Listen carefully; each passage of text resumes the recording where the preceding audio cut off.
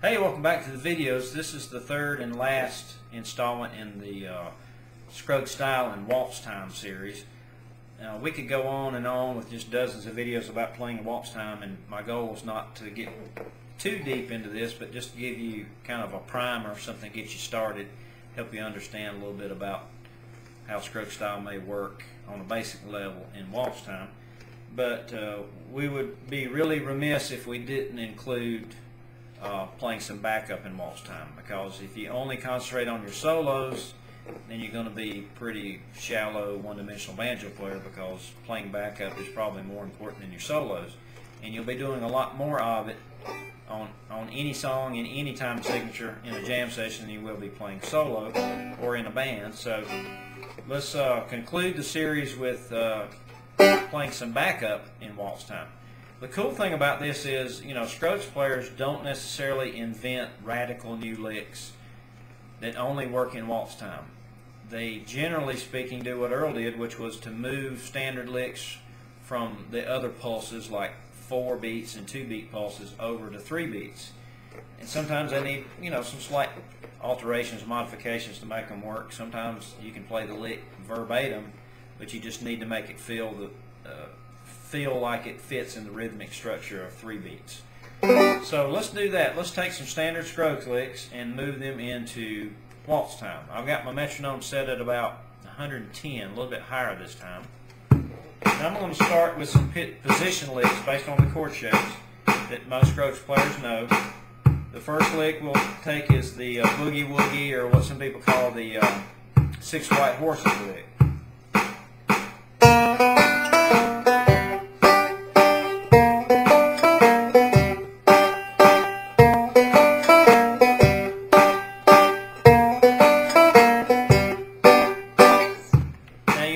That I use some pinches. I played the lick.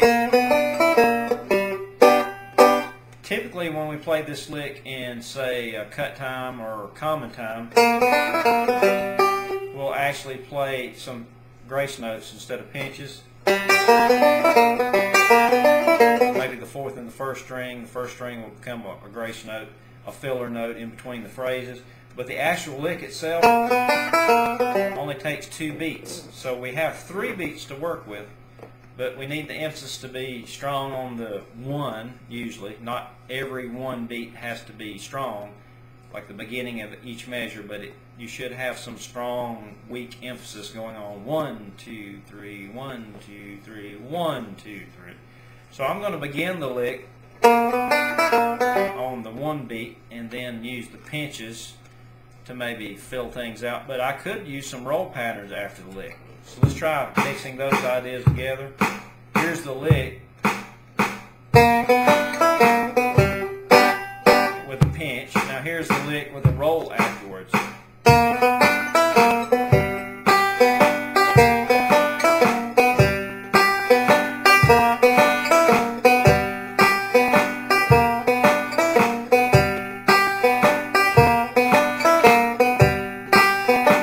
Back to pinches.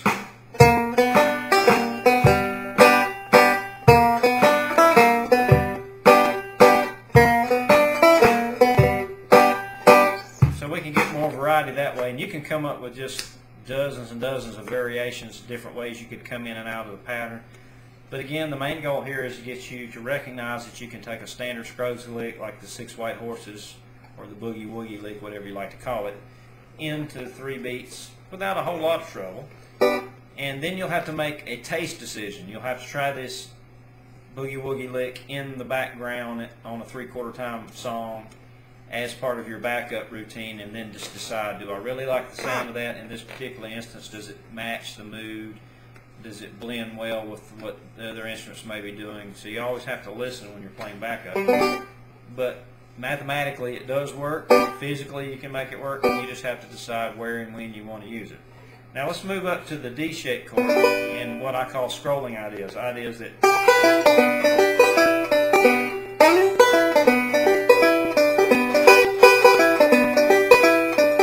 licks that involve rolling in and out of that chord shape, maybe sliding into the position, adding a major 6 note major 6 interval to that chord shape, which we're all familiar with from playing, standard Scruggs licks.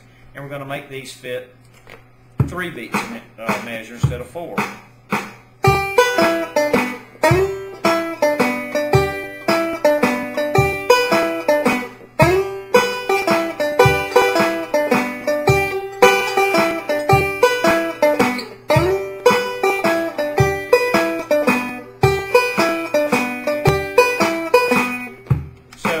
Back to like one of the previous videos, we talked about generally when you play a roll, you'd play 6 1/8 notes against 3 beats. It would be 2 notes per beat. So if you want to think about it mathematically again, you can try to come up with repetitive 6-note patterns to play. I like to, have fun with the syncopation. I like to throw pinches because, again, there are times in there when I want to emphasize the first beat of each measure. 1 2 3. 1 2 3, 1 2 3, 1. So you may hear me come back around and tap a note a little harder, or twice in a row,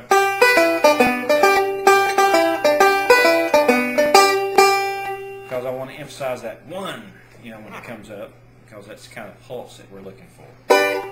But play around with scrolling lick positions. Try to add different combinations of notes. Maybe let's add some variety to that.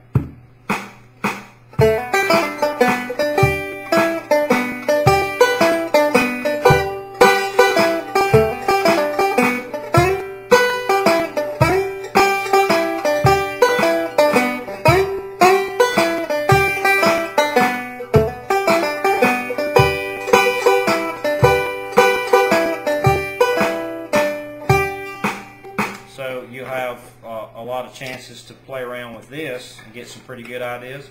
Let's move up to the 2-finger backup lick. Oh, I have a loose wall lug here.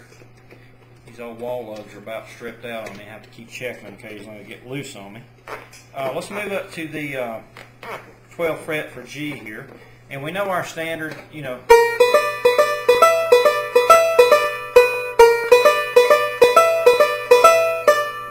know that fits over 4 and 2, depending on how you want to phrase it, as 8ths or 16ths. But to make this fit 3 beats per measure means that we just have to trim some notes and play around with the syncopation slightly. So I'm going to play the standard 2-finger teardrop backup lick for 3 beats per measure.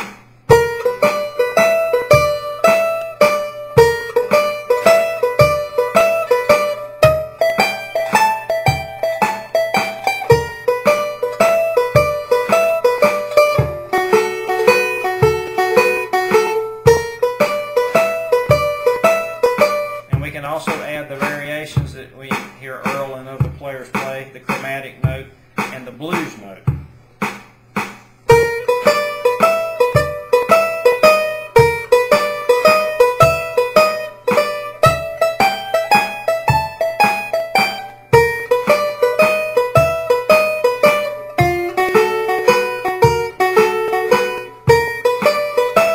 And then we can add this note.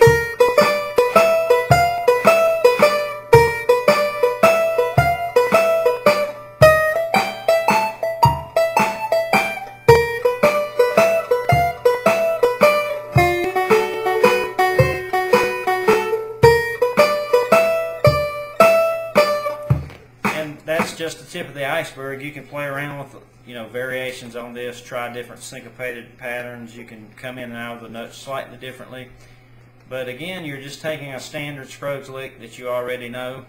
So we have the 6 white horses lick, we have scrolling lick, we have the teardrop or 2-finger backup lick. And what about rolling ideas? We know that we can roll like a 6-note roll over 3 beats as 8 notes. So that means that we can take some of the standard patterns like the In the Mood roll from Common Time and just change it slightly.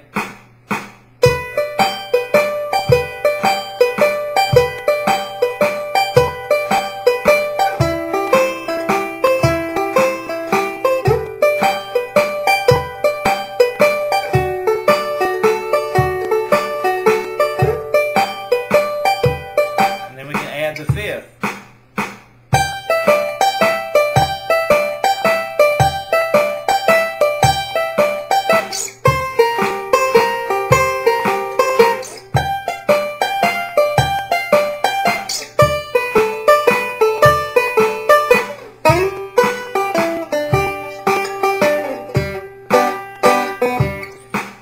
that leads us into something else pretty basic and fundamental, which is vamping.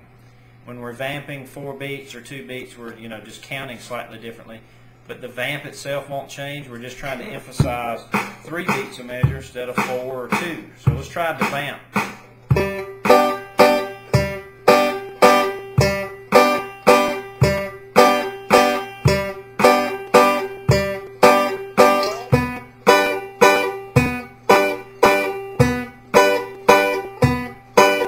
And then we can also cross vamp, which means we can mix chord positions together to come up with a little more variety.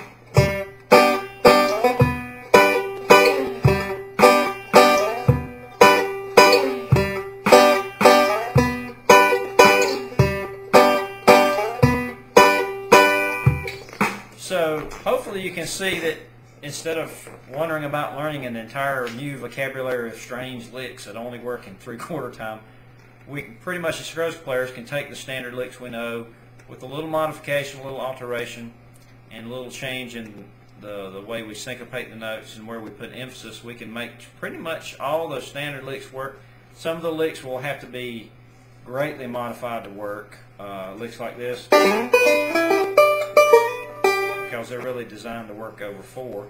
But again, experiment with it and you might come up with some pretty cool variations. It will give you a great starting point. And then eventually you may learn and hear licks that are designed just to be played in 3/4 time that other great players have come up with that we've all heard. So you might spot those licks as being something that you have not heard in common time. For instance, you can say, oh, that lick is designed to work in 3/4 time. It was probably thought up when somebody was goofing around with a standard lick and maybe come up with a cool variation that only works in 3 beats. So use these as a stepping point, a stepping stone to bigger and better things. And again, this is just scratching the surface of Waltz Time in Scruggs style. I hope these 3 videos have been helpful and get you a good solid foundation, a good head start on playing in this meter. So I'm just going to play my way out, and we'll see you in the next video. Thanks a lot.